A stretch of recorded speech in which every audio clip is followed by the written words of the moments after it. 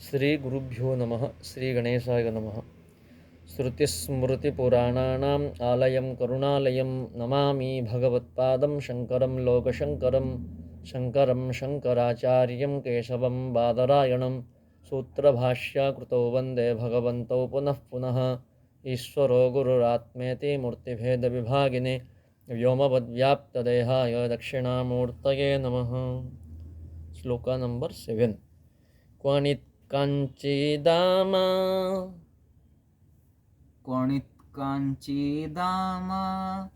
क्वणित्काञ्चिदाम करिकलभकुम्भस्तननता करिकलभकुम्भस्तननता क्वणित्काञ्चिदाम करिकलभकुम्भस्तननता क्वणित्काञ्चिदाम करिकलभकुम्भस्तननता क्वणित्काञ्चिदाम करिकलभकुम्भस्तननता परीक्षीणा मध्ये परिणतशरच्चन्द्रवदना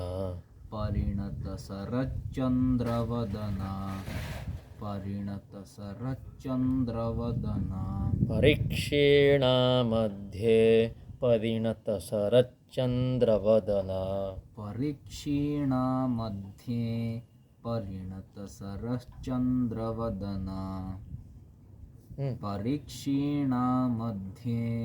परिणतशरश्चन्द्रवदना धनुर्वाणान्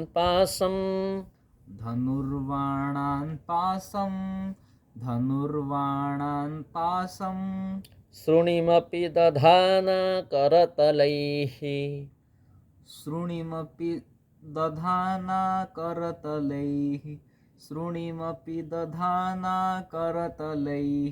धनुर्वाणान् पाशं शृणिमपि दधाना करतलैः धनुर्वाणान् पाशं शृणिमपि दधाना करतलैः धनुर्वाणान् पाशं शृणिमपि दधाना करतलैः पुरस्तादास्ताम्नः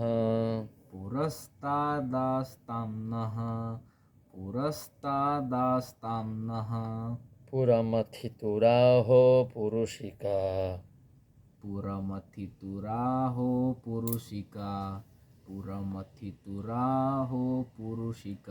पुरस्तादास्ताम्नः पुरमथितुराहो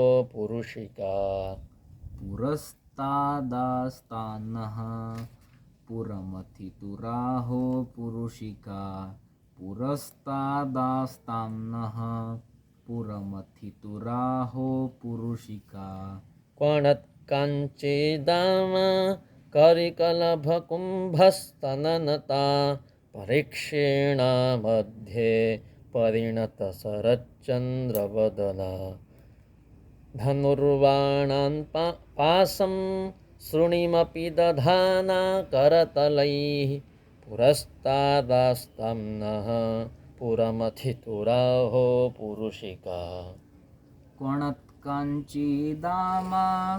करिकलभकुम्भस्तननता परीक्षीणा मध्ये परिणतशरच्चन्द्रवदना धनुर्वाणान् पाशं शृणिमपि दधाना करतलैः पुरस्तादास्तानः पुरमथितुराहो पुरुषिका।